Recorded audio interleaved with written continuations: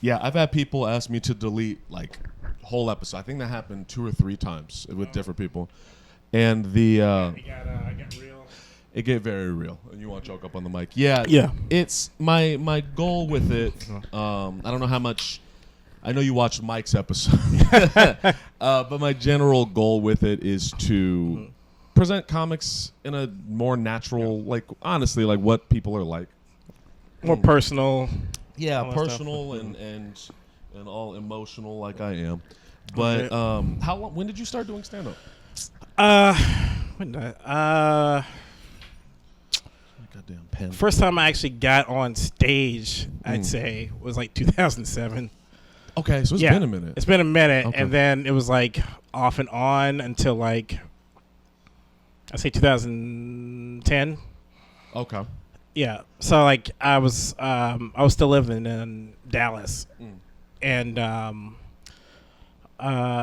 was going to college with a friend of mine who I had met him at that college, and he mentioned he did stand up, and excuse me, I'm gonna be burping. So I'm just gonna be, You good? all right.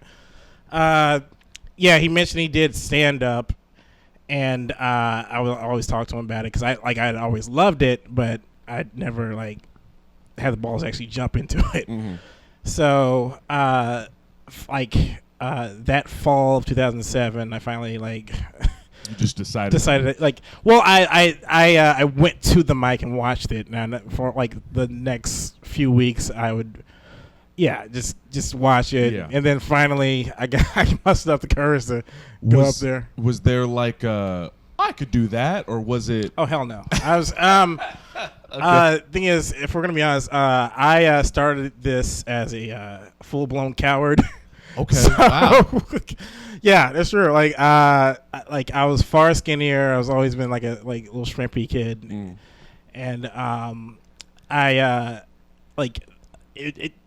I was in theater, and that's because I did theater like since like middle school, and that's what my major's in. Nice. Yeah. Okay. Yeah. So I was always used to like acting, like performing, and like I even did I did improv before I did stand up. Same. Everybody did. Same. Yeah. We've all made that mistake. But Shit, dude. Can you pass me that pen behind you? Yeah, I want to sure. write things because I'll forget things. Okay. Yeah, so go ahead. so you start doing it, but you Yeah. felt okay. Yeah. So I first time I actually mustered up the courage to do it. I had like my friend was there to support me. He didn't go up, but he supported. And then I think his girlfriend at the time was still there too. And so I went up, and it's like the spot was called Backdoor Comedy, and it was in a DoubleTree Hotel in like North Dallas. Okay. And it's like this little small room that you can see like as soon as you like enter the hotel. You look at your right, there's a small back room. And it's the first time I ever got on stage. They didn't warn me about the lights. Like how bright they were going to be. Yeah. You can't see anything. Yeah. You can see like maybe the front of the stage and some people who are in the front, but most people sit in the back anyway, especially on the mic. Yeah. So you may hear some murmurs and chuckles, but you don't know where they're coming from. And I can't even remember like the jokes I did, but I mean they were dumb. Yeah, they were it's your dumb. first time doing it. Yeah. It's I got some mercy chuckles. Like, oh, it's his first time. Let's give him some. Yeah. The bright lights. I hate that. I love being able to see who I'm dealing with. Yeah. Like you're just going in there. It's like you're telling jokes to the ether. Like there's like some evil demigods in the abyss. Just like. So you start off in theater and like improv. What? I mean, if you were so nervous about the spotlight, what got you into all of this in the first with theater? Like, why? Theater it's a different like mentality, I feel. Okay. Because like with theater, like as an actor, you're reading someone else's stuff. That's pretty much been more or less proven. So good, yeah. Shakespeare has a pretty long. Yeah, he's got some rapport. He's got yeah. But it also when you're acting, I don't have to pay attention to the crowd. I can kind of just zone out. This is how I can be. I can just zone out and kind of. I mean, yeah, they're like acting techniques, like cheat towards the stage and all that stuff, and all that boring shit no one cares about. But but yeah, it's like I can just like dive to that character, and since I've rehearsed the lines over and over and over, that's just in my brain, and then and I can just let it rip. Yeah. Yeah, it's with stand-up. There's something a little more personal. Yeah, it's your words, your thoughts, your ideas, and you are staring directly at the audience. Yeah, when it doesn't go well, it's your fault. It's your fault. Yeah, I get you. What? Okay, so you do like the spotlight. I was in theater as well, and I did improv. So when you say the improv mistake, I get you. I did it for improv's good. No, I know it's we just. As comics, we always diss improv, but it's good. Yeah, and then, I mean, to be honest, when I started, like I was a just improv, like diehard improv student. Like I had the Truth and Comedy book. I had like a biography written by someone who studied under Del Close. Yeah, so you were an improv nerd. Yeah. So what made you make the switch to the dark side? Well, I was balancing the two of them before I moved up here. So I was part of like a short form and a long form improv group in San Marcos, Texas, which is like 30 minutes away from Austin. And I would commute to Austin for like stand up, and then there was like a little small comedy scene in San Marcos as well. And the plan originally when I moved up here was to like study like improv as well. We are the improv city, right? Yeah, it's the improv city. I started hanging around too many improv people, and I was like, I don't want to be around y'all. Yo, I get okay. The craft or the art form of improv itself, I have no problem with that. Yeah, it's the vibe around it. Yeah, there's something like a cult. Yeah, no, that's a really good way to describe it, and people don't know that. Yeah, like there's something uncomfortable. Everyone's smiling, and it doesn't feel genuine. Yeah, and I have a bunch of friends who are in improv, and again, like I said, I was in it. It's the culture. Yeah. And I think it's more like, so what really, I guess, turned me off was, or I say like what made my decision was I used to host an open mic /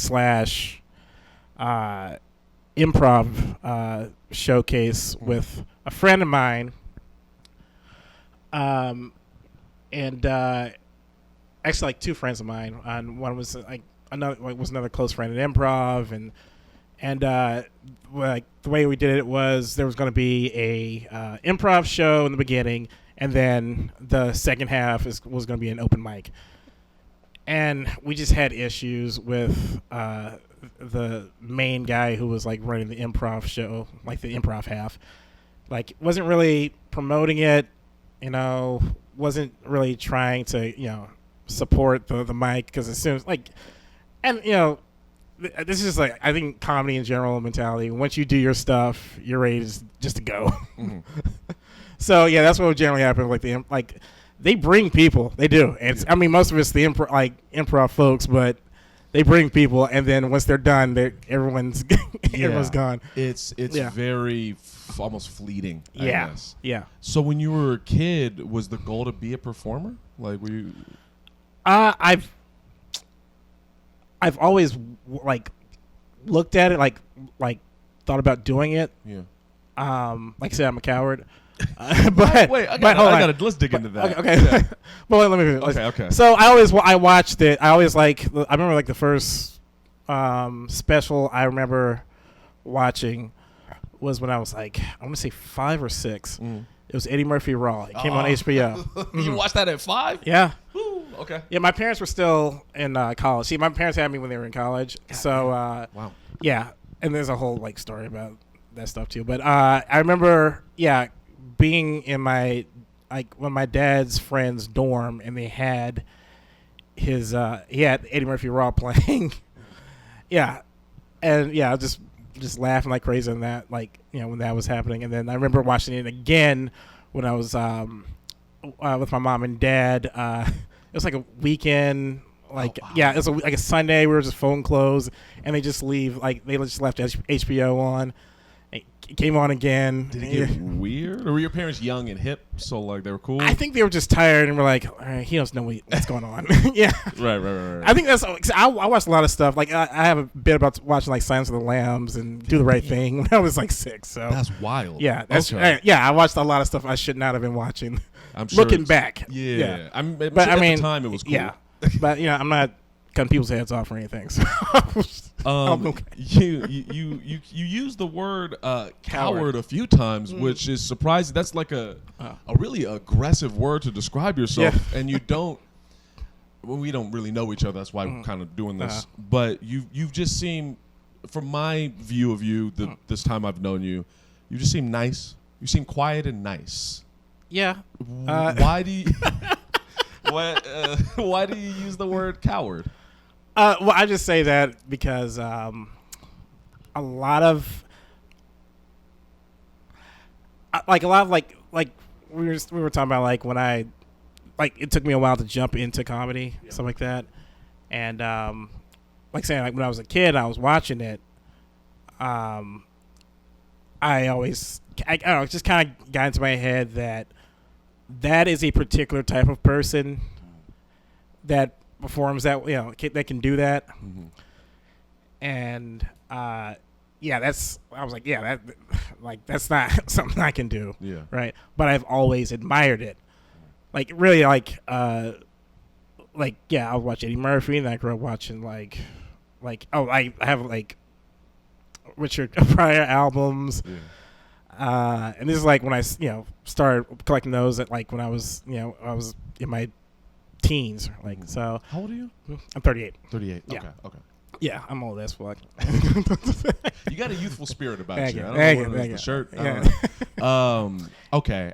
I'll put it in my own words. It sounds like growing up you saw the type of people, like an Eddie Murphy type and a Richard Pryor type, because there's like a rock star bravado to them, especially Eddie. Yeah. Oh my God. Yeah. That makes sense.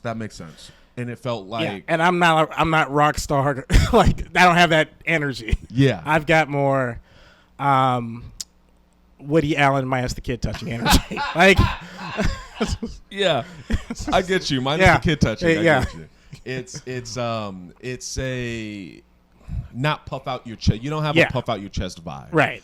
I get you. I think the way you use coward is how about yourself is how I use asshole about myself. Yeah. Like I think that I come off sometimes not the way I want to. Like if I'm being honest, and it could be my own insecurity, so you can correct me if I'm wrong here. But it felt like even when I first met you, it felt like I did something upsetting. Oh, it may have just been my face. I'm sorry. Really? No, it's. The thing is, this isn't the first time someone said that to me. Okay. I think it's just I have like a bitter emo face. I do when I'm not smiling. It's right. It's very My eyes are slim, and it takes a while for me to. I'm used to being. I grew up an only child, so like latchkey kid. So I'm used to being by myself. So when I'm around crowds, I'm kind of like, all right, I'm looking for a corner. Mm-hmm. I'm just naturally looking for a corner. I am the same. Yeah, and so I'm not outright social. Like I meet people. I'm like, oh hey, how you doing? But I'm also like, it's not that I hate people. It's just that I'm very reserved to like who I open up to. It's nothing against you. It's just that And then as I gradually get to know you, then I'm like, okay, he's good. He's cool. Yeah. I'm a similar way, and this has been my outlet for that. Yeah. Like socially, I also want to, I'm sure you've noticed it, I want to go in the corner and draw and like not bother anybody. Yeah. And I think for both of us, it comes off the wrong way. Yeah, especially when people like are far more social. Yeah. Yeah. Mm-hmm. So they're like, what's wrong with you? Like, nothing. I'm just chilling. Yeah. How does it affect your, the lack of socialization? How does that affect you in the comedy game? How do you feel about that? I don't know if the. I mean, I did have to learn how to network more, Yeah. which I still have, I guess, challenges with that. But I basically know how to have a, hey, how you doing? My name's Aaron. Get to know you. But I do think I am kind of still selective with. Again, it's not because I hate them. Yeah. It's just, it's different with like. When you like network at an actual job or something like that, it's professional. You don't necessarily hang out with that person, but it's like if you go to a job fair or something like that. Whereas comedy, I feel, is kind of this weird thing where you're networking with people who are not just your like work colleagues. They're going to be your buddies. They're going to be your friends. Like these are the folks you hang out with. So it's weird just saying like, yeah, I'm trying to network with you to get ahead. It's like, no, these are the people that you're gonna be chilling with. So to just look at them as like a means to an end is kind of weird. I don't want to cut you off. No. I agree with you 1,000%. Yeah. It's weird and it's kind of awkward. Yeah. And it feels very forced, feels very fake sometimes. Yeah.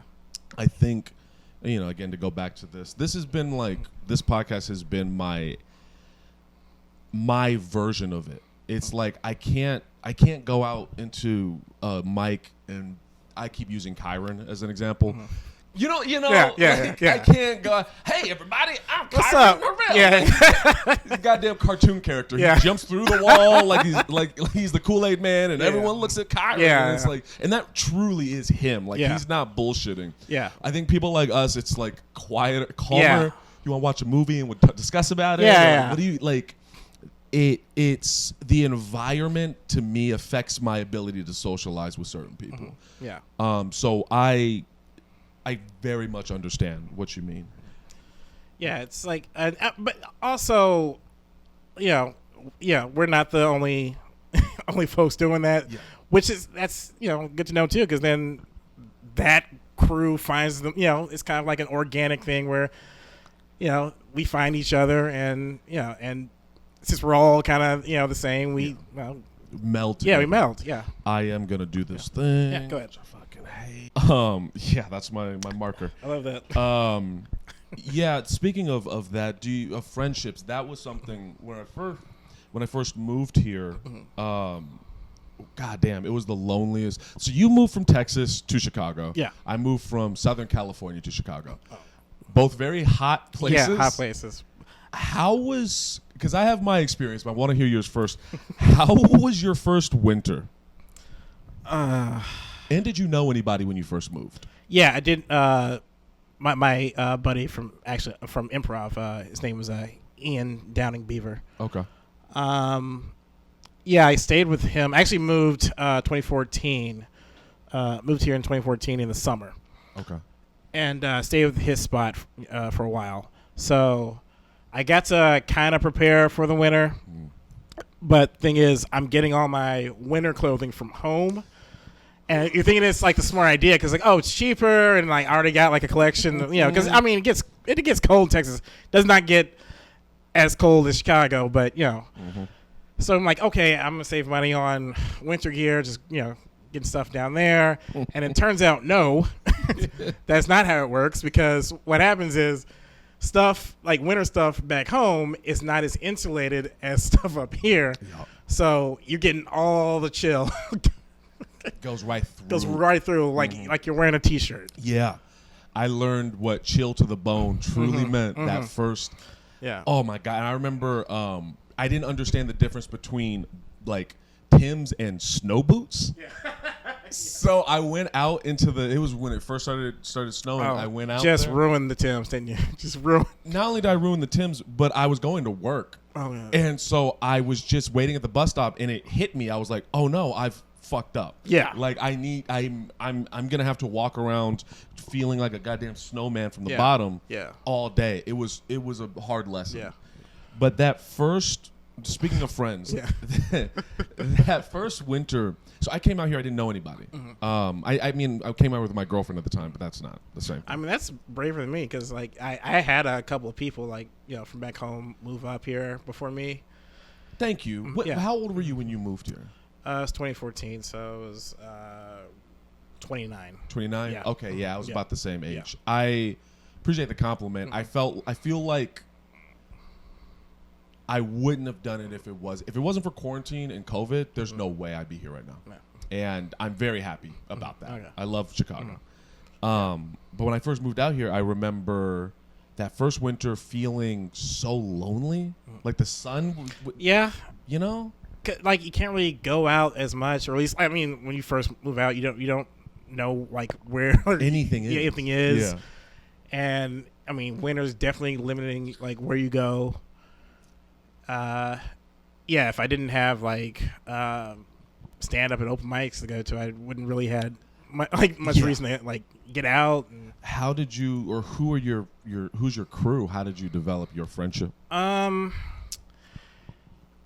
mean, it's really just organically. Like, I don't know if I can. Like, I remember people who like I've met, but I can't tell you exactly when I've met them. It's all kind of blurry. But, I guess my first crew would be. It was I don't know if you met Tyler Ross.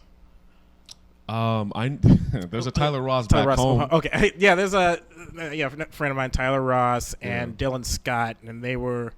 I'm gonna look these people up while you're Yeah, talking. I mean, they're not famous or anything, but they're good friends of mine. But they I remember seeing them. I think they had like a showcase. They did it. Yeah. Yo, I went to a show with. Okay, yeah, I love Tyler. He's great. Sorry. Yeah, it's great. Okay. Yeah. So I know they used to have a showcase at Second City because like back then, like Second City, like you could rent out a space, or I think if you took classes there or worked there, like you could like take over like a space during like one of their not so busy times, like that.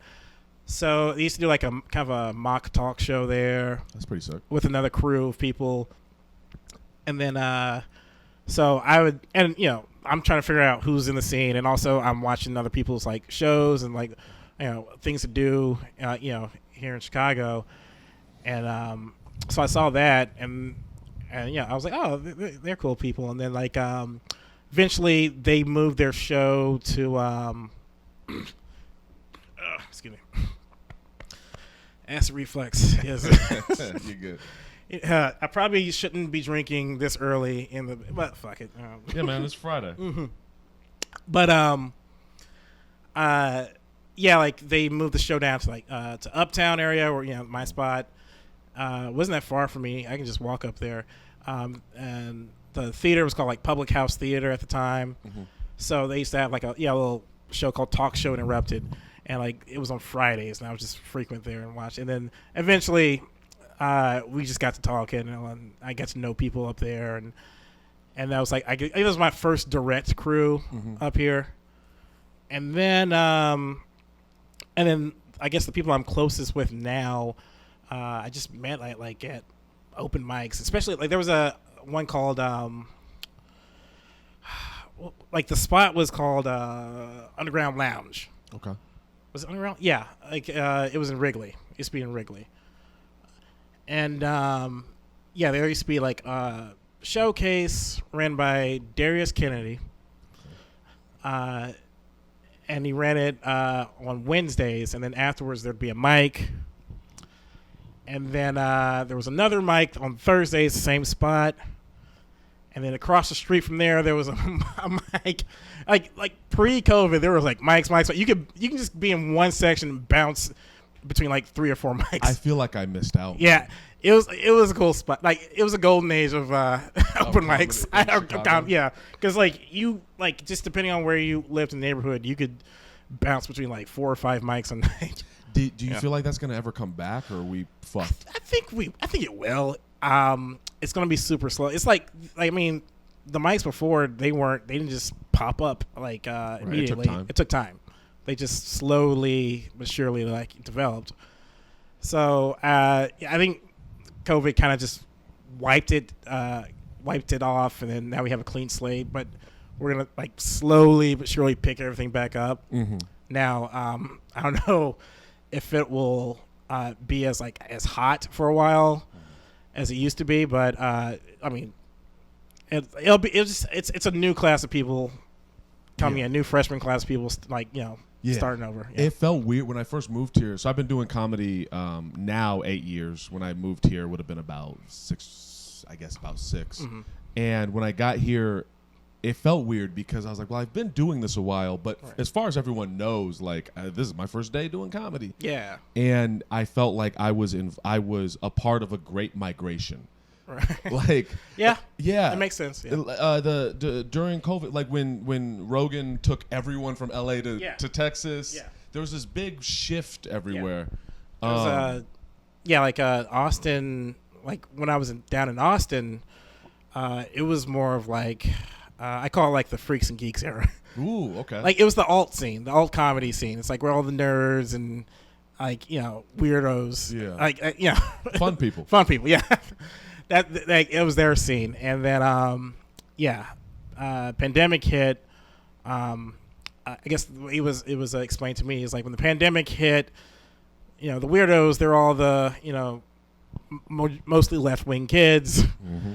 They're they're gonna be like oh yeah, we're gonna stay in, do the responsible thing, and and not have shows. And then meanwhile, a new crew is coming from like California. And I think from Oregon and Colorado too, like they're coming from the West. Yeah. And they're like, oh, good, all these spots that we can take over. So they ended up, taking up, the whole scene. So when the industry came down, that's who the industry saw. So it got built up with a completely different group of people. Yeah. That's interesting. Yeah. So now it's kind of like when I go back down there, it's still alty. Mm-hmm. But now it's kind of like you're sharing the same spot with the kind of like the frat boys. And how did you handle how do I word this? I don't like the vibe that you just described. Not the alt people. I don't like the. I'm not a fan either. So, I mean, I'm not hating on them. It's just not my not my thing. Yeah, there's a. I'm like I talk to people down there, like they're actually enjoying it because like the plus side is there is industry down there. Sure. And there are more clubs, more spots available because there was a kind of gatekeeper-ish vibe there. If I'm going to be honest. Mm-hmm. Yeah. So I heard that about Chicago too. Pre-COVID, there was all of these gatekeepers, and then it washed it all away. Yeah. Yeah. Honestly, well, Chicago I feel it's kind of different though, because like Austin, it's a smaller city, so if there's kind of like a gatekeeper feel, everyone's kind of feeling it. Chicago, I feel, if you're talking about clubs, like major clubs, I can see that.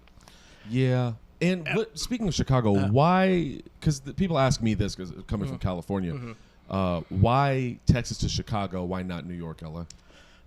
Chicago was cheaper. That's fair. One. But also, I looked at Chicago like a boot camp, a university. Like you go to LA to get on TV and movies. You go to New York for the stage time. You come to Chicago because you want to get good. Yeah. I fuck with that. Though. Yeah.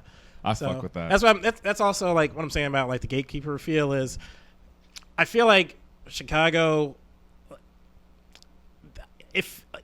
If there's a gatekeeper feel, it's because you're looking for one. Here's why. All the shows that we have right now, well, it's a little different now because stuff's brand new. But like when I moved here, the shows that we have that we feel were like important or like made us feel like we're actually part of the scene, stuff like that. They didn't start any different than the shows that the new shows popping up now. Mm-hmm. It's just they found a venue, promoted it, were selective about who they booked, make sure they were heavy hitters, and they gained a lot of respect. And if you get a venue and follow the same format, you can be a gatekeeper. Yeah. It's all like I really feel like what's really cool about the Chicago scene is the bulk of it is the bulk of the community is indie. It's a DIY spot. Yeah. Yeah. Yeah. Speaking of which, I've seen you at, every time I see you, it's either at Redline VR or it's at Holiday Club. Are those your like safe havens? Yeah. One, because they're pretty close to me, but also like, I love Redline VR. There used to be like two mics there. I think they just got rid of the Thursday mic, but the Tuesday mic, I've known those guys like for years. Like that was the original Pressure crew, and that's when the Pressure mic was located in Edgewater. Okay. Yeah, there's a spot called Pressure Billiards, and that is that why it's called Pressure? Yeah. Oh, okay. They just kept the name. Right. Yeah. Pressure Billiards was I want to say like when it started, it was like when folks like Kamel Nunjani, am I pronouncing his name right? Yeah, Kamel Nunjani, and like I think like Pete Holmes' crew, like it was around that era. Yeah. And then it just got passed around. That's pretty trippy. Yeah. Like, where I'm from, there is no like, oh, you remember when fucking Chris Rock used to do the da-da-da in Riverside? It was like, nah. To know, to feel, that you can feel that there's history, comedy history here. It's another reason why I love this place so much. But you were saying before that your parents were in college when they had you? Yep. Yeah. And you said there was a story behind that. I'm very curious. Okay. Yeah, so my mom and dad they went to Tennessee State University. That's in Nashville, Tennessee. Yeah, so they boinked. And had me in 1985. My mom is originally from Alabama. So I guess when she was about to deliver me, she decided to go back to Muscle Shoals, Alabama. So that's where I was born. Yeah. Is that anywhere near Montgomery? I'm just curious. I have to look at the map again. Okay. Because we might have to discuss the brawl. But I mean, I've been in Montgomery too. So, is it as fuck? What is Montgomery like? I've never been. I mean, it's southern and it's got a lot of black folk. It's not that. I mean, it's a lot of the Alabama like cities. Just go to one city and then it's pretty much the same as the other cities. It's just the South and black people. South and black folks. Like, okay. So your mom has you in Alabama. Yeah. Okay. Yeah. So like she had me in Alabama. I remember I stayed there for maybe a couple of years, but my parents were still in college, so I stayed with my grandma. And then I kind of got passed to my grandparents in Greenville, Mississippi, where my dad's from. And I stayed with them till I think I was like 5 or 6. And it was funny. I told this story to Bonazzo, and he freaked out. Like, what? Like, I don't know. Like, I guess I'll sometimes tell like how I grew up, and then it's not shocking to me. But some people, I guess Anthony Bonazzo was like, you weren't with your parents this whole time and all this stuff. I'm like, they didn't abandon me. They were just they're in college. They're in college. Yeah. They didn't leave you in a dumpster and you had to survive on your own. Yeah. But yeah, like the first 5 or 6 years, I was bouncing between like Alabama and Mississippi, and then like I think when I was like 6, I went to Nashville, Tennessee. Finally, my dad had graduated. My mom had dropped out. Yeah, but she got her degree later on in life, so she's good. Good for her. Yeah, she's like. Oh, fuck. Hold on. Ahead. Sorry, I don't know when this stopped. Shit, my fucking asshole. I mean, I can start it again. No, I realize. Yep. God damn it. Okay, so we're good. I just have to delete. I did a podcast yesterday with Emily Ogle, and I have to delete her. Yeah, I have to delete her stuff. Son of a bitch. All right, during that point, there's going to be no video, but we'll keep soldiering on. This is what sucks about doing it. It's like cool. Independent filming. Yeah. It's independent filming. Yeah. God damn it. Sorry. You were saying? Okay, so what was I talking about? Yeah, so I was bouncing between Alabama and Mississippi. Then like when I was like around 6, like I lived in Nashville, Tennessee, and my parents had gotten a townhouse, and they put me into this one black Catholic school. There's all black Catholic school. Yeah, it was in like Nashville, Tennessee, like in downtown Nashville, Tennessee, an all black Catholic school. Okay. No nuns, just black teachers who would hit you. That was Okay. We couldn't afford actual nuns. They're like, will you hit the kids? That's fine. Were you Catholic?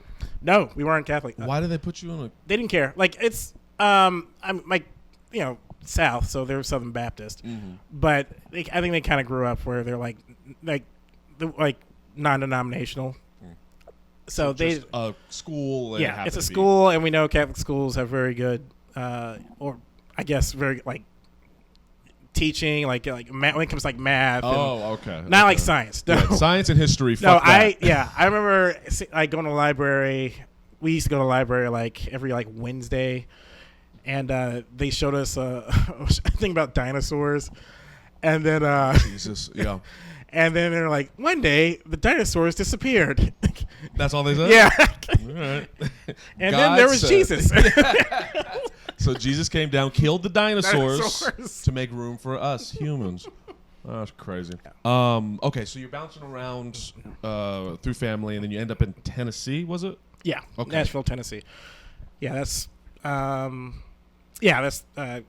Catholic school.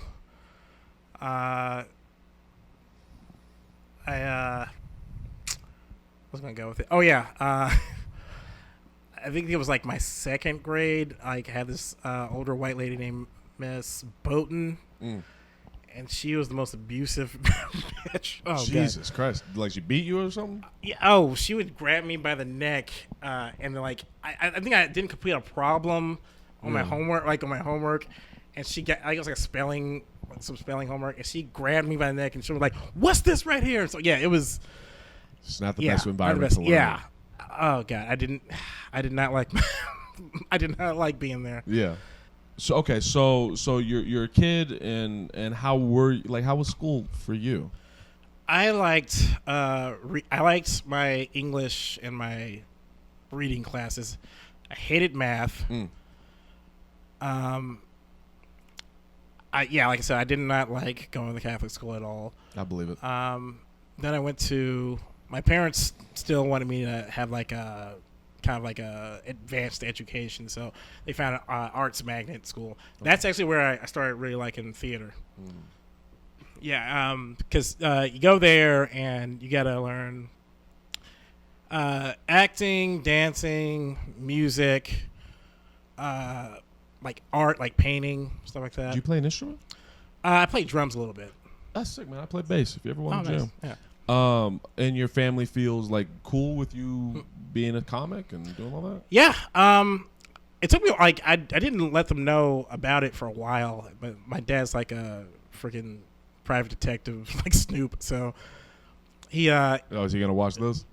I don't know if he's gonna watch it or not, but okay. we'll see. He might. So I grew up in a Baptist church as well, and so I get some level of the passion, but it gets weird. Yeah. At a certain point. Yes. Like I feel like for black folks though, it's a kind of a double-edged sword. Like on one hand, we can obviously look at like how it was misused and manipulated, for us. Yeah. For enslaving us and exploitation, all that stuff. On the other hand, you got Martin Luther King. Yeah. Like the first civil rights movement was, they came from the church. Mm-hmm. So they were the first, like. I think for black people, church is good for a sense of organization, but not philosophy. Knowing history, knowing for a fact that slaves were brought here and beaten and raped and told that you have to believe in white Jesus. Right. For generations. Yeah. It gets ingrained in you. I think in like Jamaica or like in the Caribbeans, they have their own Bible where they purposely took out passages about freedom and all that stuff. Yeah. Yeah. Jesus. So, it's sad, but at the same time, like we were saying, we need community and organization. So it's good for that. But And so what's the goal, man? What do you picture for yourself? I think what I really like to do is see, I like stand up, and I like writing. I was thinking about like acting, and I'm not completely throwing that away, but I think what I really enjoy doing is like writing and getting on stage and like to do stand up. And like I said, it's like the reason I was so scared about it was also the reason I loved it, which is it's your words, your thoughts, and your ideas. And it's kind of for me at least, it's kind of this deep thing where when they get your joke, it's not just them going like laughing and saying, "Oh, I get it." It's more like, "I get you." Oh yeah. So yeah, that's why it sucks when you bomb, because it's like Way more personal. it's feeling like you're getting rejected. Yeah, I have that same thing. Like my whole thing about my performances and my style is like, I just want you to understand me. Yeah. I personally never felt very understood, felt really misunderstood growing up. I don't know if you felt the same, but it was like frustrating. And it feels like stand up in the arts in general allow you to tell stories in such a way that people can get it. Yeah. It puts it in a format where people can understand. Like all those like deep like philosophical thoughts, like a lot of like philosophers, they created like they wrote books and plays and stuff like that, so like kind of whittle down their ideas into this little easy to digest format. Yeah, people relate to stories. Yeah, it becomes so much easier to understand another perspective when you can put yourself into like a story. Like I don't know if you saw Barbie. Yeah, I did. Yeah, I bootlegged it, but what did you think? It's a good movie. Oh boy, it's a good movie. You got a hot take. Okay. And I'm not downing anything. You're anti-woman. No, go ahead. I'm counter woman. How about no? No. It's a good movie. It is a good movie. Yeah. I do feel like I feel like this like for like Tyler Perry movies too. Like I'm always kind of weary when something's like preaching to the converted. Pandering? Pandering. Like I don't think anybody who was non-feminist would walk into that movie and be like, "Oh, I get what you guys are talking about." Sure. That's just what I'm saying. It's not made for that person. Yeah. But the people that it's made for, it's very direct. It's very direct. And I mean, it's also like made for kids too. So it's I get it. It's like you're breaking it down so that they can learn. You seem like an Oppenheimer guy. Yeah, I watched Oppenheimer in theaters. Yeah, I still need to see it. I was right. I went to the Alamo Draft House. Yeah. Yes. And I was in line, bunch of people with like pink shirts going Barbie. I'm just like Oppenheimer. In the deepest Batman voice possible. Yeah, dude. Okay. We need to talk about Alamo Draft House. Okay. Because, god damn it, it is the perfect movie experience. Oh, it's great. Yeah. Like I went to the one down in Austin before. Went up here, but it's a cool one. I like going to the matinee because just less people. Nobody. Go ahead. Yeah, but it's like this. You like I love the lazy boy feel. They just put you put your seat up. And I like to pretend the waiters are my white slaves, and I just come in. I press a button, and they have to come and shuck and jive for me. Hello, seven. Give a little golf clap. I So I went. Piss boy. I don't know if you know. That's all they need. They need a piss boy that brings you a pot, so you don't have to go to the bathroom. And they want them to stand there and hold it. Yes, and hold it. You look me in the eye, boy. That's. He'll be like 58. Boy, look here. Rachel put me on to Alamo Draft House. Yeah. Yeah, I guess. So y'all are from the same area or something, right? Like Texas? I know she's from Texas. I don't know if she's I grew up in Dallas. I don't know where she's originally from. I think she was in Houston. I don't know. She tells me about this shit all the time, and I can't remember between Houston and Dallas. But she's from Texas. Yeah, she's from Texas too. But she put me on to Alamo Draft House. Mm-hmm. She's a movie person too. Mm-hmm. I assume you are as well. Yeah. And there's a feeling about being in the theater that's not the same. Like when people like, I'll just wait for like a couple weeks. It's like, dude, it's not the. It's yeah. You know, and than going to the movie theaters, like going to a matinee because you don't want to deal with fucking people ruining it. Right. It's crazy. And we saw. Did you see the new TMNT? Yeah, I saw it yesterday. Yeah, yesterday afternoon. Before I go, I love how I just saw it. I got to remember when I saw it. We're old now. Our brain cells are dying. Before I talk shit about Ty and his behavior in the movie theater. Oh, Ty Riggs. Oh yeah. Ty, you. I hope you listen. Of course. But what did you think of TMNT, the new one? See, I love that one.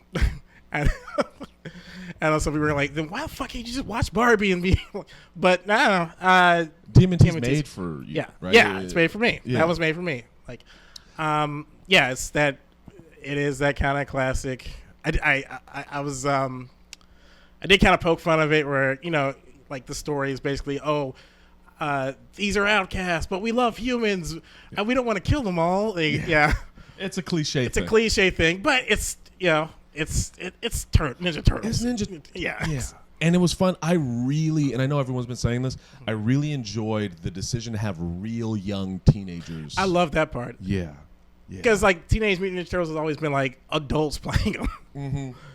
And it felt like, or the 80s. The 80s one felt like their interpretation of teenagers was just surfer stoners. Mm-hmm. And it's like, that's not how teenagers... like just grunge crew. Dude, cowbunga. Cowbunga. Yeah, it's goofy as shit. But these kids, and they felt like they were friends. Like, I'm sure they were in the recording booth together. There's no way they weren't. Right. They had to be bouncing off of each other. Yeah, it was beautiful. Would you ever want to be in voice acting? Yeah. Like, be fine. Like, I did study voice and articulation a little bit. The fuck? I took really? a couple of classes. I didn't major in it, but what do you learn in that? Because I'm ignorant. I don't know how the fuck that would work. Mostly like diction, like voice exercises, speaking from the diaphragm,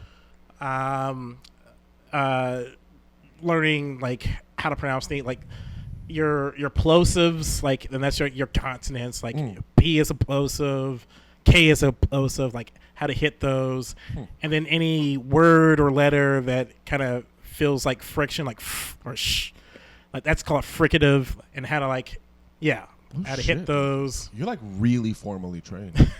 It's not. It sounds like it is, but it's. I always find people to see comics, to me, come from two camps in terms of how they get into it. They're either from theaters and performance backgrounds, or they're from bars and like AA meetings, right, and prison. Well, see, that's what's great about like stand-up comedy is like it's so easily accessible. Yeah, and from whatever background you're from, like, can be used. It's actually what makes you unique. Yeah. What makes you unique as a comic? God, don't ask me that. Just delete this shit.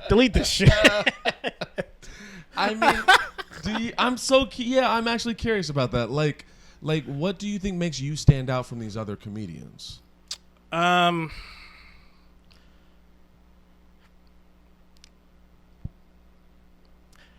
guess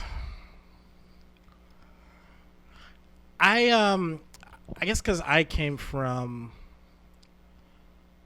the kind of like the comedy that I loved the most was like the comedy that was embraced like more of like the dark or the kind of not necessarily cynical, but it's more like the the 80s style. It was like loud and like big, boisterous, like and then all of a sudden Stephen Wright comes out and he just like he goes, I put a humidifier and a dehumidifier in the same room and let them duke it out, and that was the complete opposite. He was soft. There were like one-liners, and when everybody was getting loud and angry and and energetic, he just said, no, I'm going to do the complete opposite, and I'm going to stand out kind of deal. And I always loved that kind of stuff. And then, and like I said, like when Austin was like the alt scene, because I loved doing something that was outside of like the mainstream kind of something different. Something different, yeah. I get you. Like I grew up watching, and like I said, I grew up watching Eddie Murphy and loved him. Richard Pryor, Chris Rock, definitely. But I also loved like David Cross and like when Bob Odenkirk was like him and they were doing like Mr. Show with Bob and David. I was just like, oh, no one else is doing stuff like this. And like, sorry, go ahead. No. It's I know how I'm supposed to. I feel like how I'm supposed to perform was more like supposed to. Yeah, more like Def Comedy Jam was a big thing. Black people girl do this. like this. Yeah. And Live in Color, and I loved all that, but it's like what makes that work is they're all authentic. That's how they are, right? Like if you don't grow up that way, then you're not gonna sound that way. So when you try to do stuff like that, it's gonna be phony. Yeah. It's I get you. It's first off, I admire the decision for authenticity over clout. Is how I kind of would describe what you just done here. I'm gonna do the thing. Okay, good. but yeah, that desire for authenticity. I'm with you, and I don't think we have. I wouldn't describe it as a similar style, but I don't think either of us can be put into a very clear. Yeah, box. it's like it's probably a similar umbrella, but not the same. Yeah. I know what you mean. We're not in the same lane, but we're on the same highway. Yeah. When I do like Southside shows or mics or whatever, God damn, man, it's pulling teeth to be like, just shut the fuck. Listen, just listen. I promise you, what I'm saying is interesting. If you shut the fuck up and you listen to me, and it's like.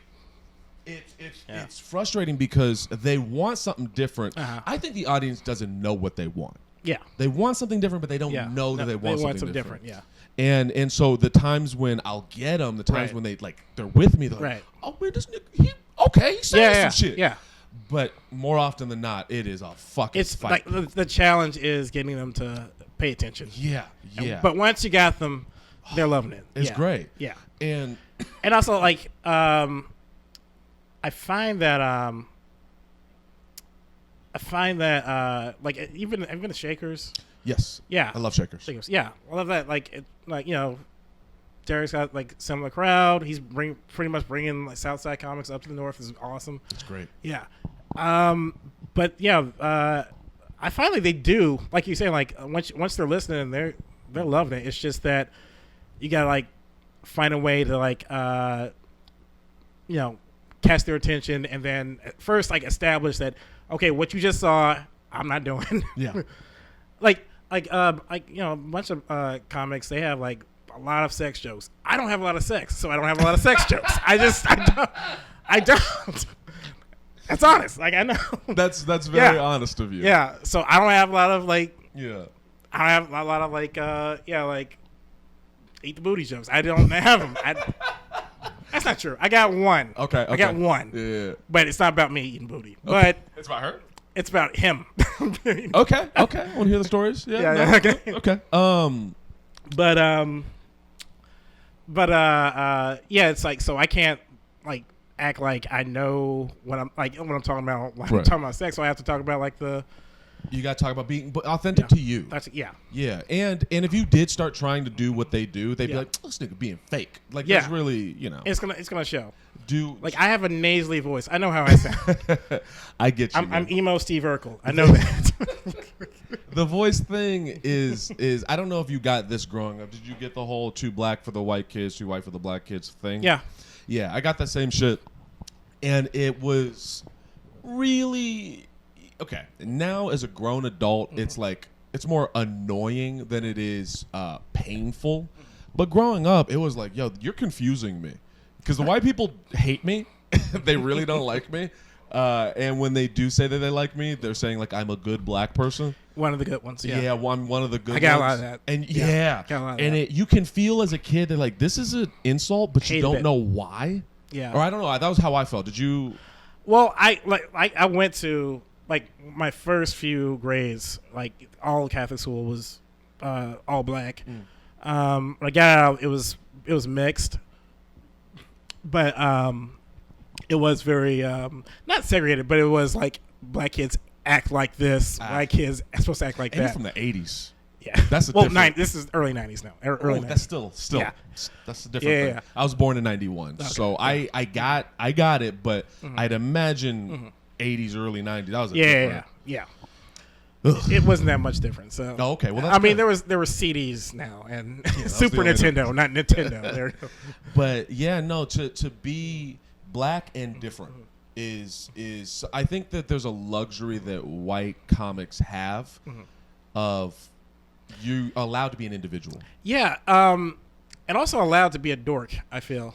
Yeah, almost embraced. Yeah. The amount of comics white It dudes, might be different now, but I remember Sure. growing up, it was like you were allowed to be.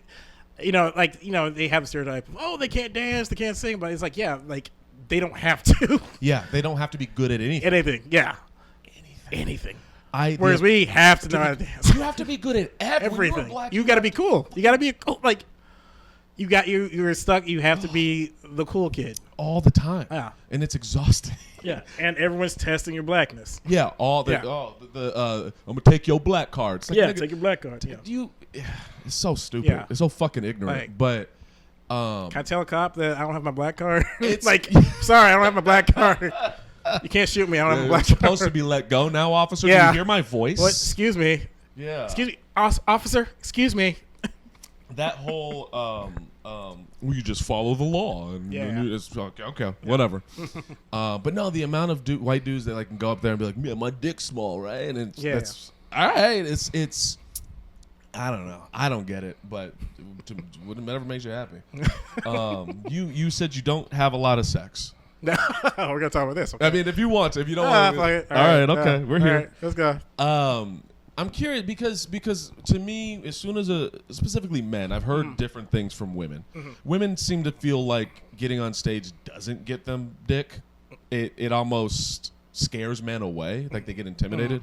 But I hear from guys all the time, from attractive to ugly and everything in between, like being on stage, it makes women like them. Yeah, it does. This is just more my. I think it's just my attitude about it. Okay, you're not like a sexual guy. I'm not a super sexual dude. Gotcha. Yeah. Gotcha. I enjoy sex. It's just that I don't. It's, Yeah, you're not too, gonna- it takes too much. You gotta like Effort. effort. You Yeah. gotta talk to them and get to know them. And, you could pay, but that takes a lot. You know, I don't have pay for sex money. You know. Okay, I have a little thing I've been working I on. think that's more of it. It's the intimacy part, like Yeah. the emotional, like conversing, like, oh, who are you? Like, this is me, blah blah blah. And, Yeah. And I'm just very much like, oh, man, it's just Is it like just draining that part of it? yeah, Okay. So if you could skip the part that's draining, you would enjoy it more. probably yeah. Okay, that's Yeah. fair. Yeah. I think for me, I'm a goddamn sexual degenerate, and so for a long time I Yeah. tried to use comedy to get girls or whatever. I've Right. kind of moved past that, but I think your view of it actually is very mature and reasonable. It's very reasonable. I feel it's very selfish because Really? because like I said, like if I would just say like, oh, like be okay with this, hey, let's just get to know each other, kind of deal. Like even if like I can't even do Tinder because like Tinder is just too much. Like, Yeah. hey, you want to hook up, blah blah blah, and all that stuff. And I'm like, I don't want to put that much. Like if it was someone that I actually do care about, it's more like one night stands. I'm not a one night stand person. I'm not like a casual just meet a random person and hook up with them. Very healthy of you. Yeah. Do you have the desire for a relationship, or is it like I don't even care? I mean, yeah, I'm not against it at all. No, like if it happens, yeah, it's more when I have dated, it like the spark has been there originally, but then gradually it just goes away, and I'm very much, and this is my cynical part. I'm like, okay, if this is what the pattern is, why are we doing this?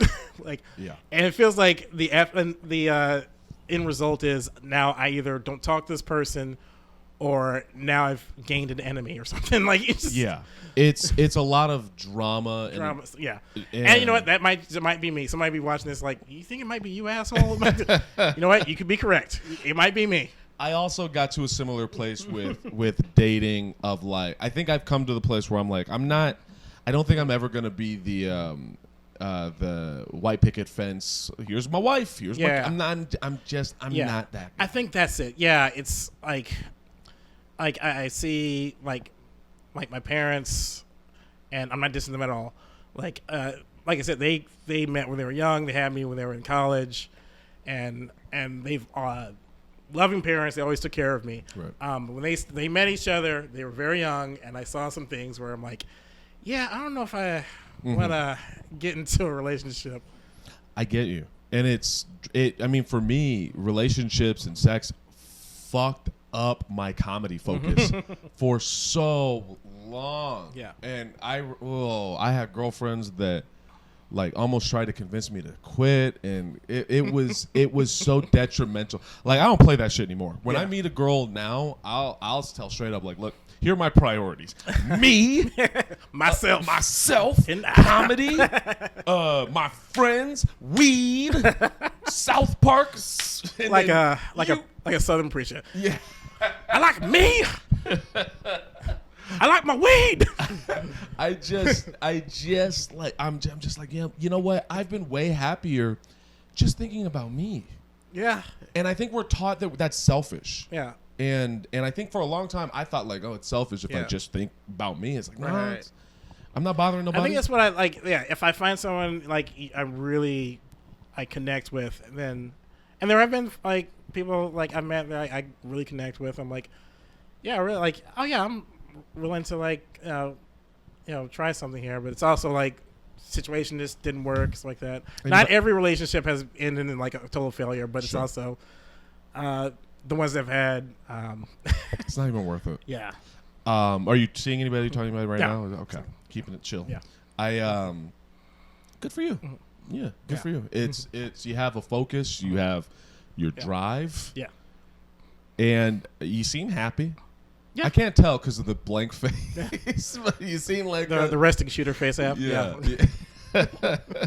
Also, I think when I see you at Mike's now, I'll have that context. In the same way, I think you'll understand why. Like, you're not the first person to say like, oh, they met me and were like, oh, I thought he hated me or something. Yeah. No, it's just it's like I don't have like a outright animosity towards anybody. It's just I'm like, it takes me a while to Just minding your business. mind your business. Yeah. Yeah, no, I get you. I have the same. Like, I've been learning through the podcast that I've rubbed people the wrong way through my existence. Well, that's another thing is I also learned to like kind of get rid of the kind of not desire, but like the need to build like a first impression of, oh, I hope everyone likes me. I do something so everyone likes me. Yeah. Kind of deal. Because it's like, I've also learned this, like, you don't really need to do much for people to hate you or dislike you. You don't. You just got to show up. Yeah. You really just got to show up. Yeah. Show up and express yourself. Someone's going to find some reason to not like you. And I've learned that through moving here. I used to have this I need everyone to like me mentality, and then moving here, I realized it was moot. It was like there's too many different types of people. And you just got to like be cool with it. Like, hey, if they don't fuck with you, they don't fuck with you. Yeah, just don't bother each other.